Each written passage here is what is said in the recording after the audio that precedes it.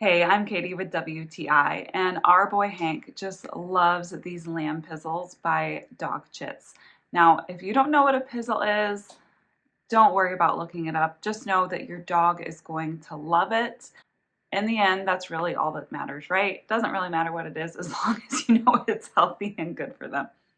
This is a company that we have used before for dog treats, and if you can hear crunching in the background, that is Hank chewing on one of these right now.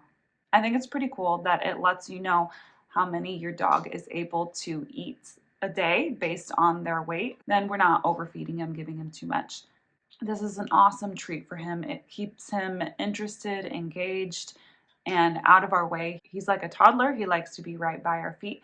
So when I'm cooking in the kitchen, I love to give him one of these out in the living room so he stays out. He doesn't even care what I'm doing in there because he's got his pizzle for shizzle. If you're looking for a treat that will keep your dog happy and entertained and interested, then these pizzles by Dog Chits are the one for your doggo. 10 out of 10, highly recommend. And that's my point of view.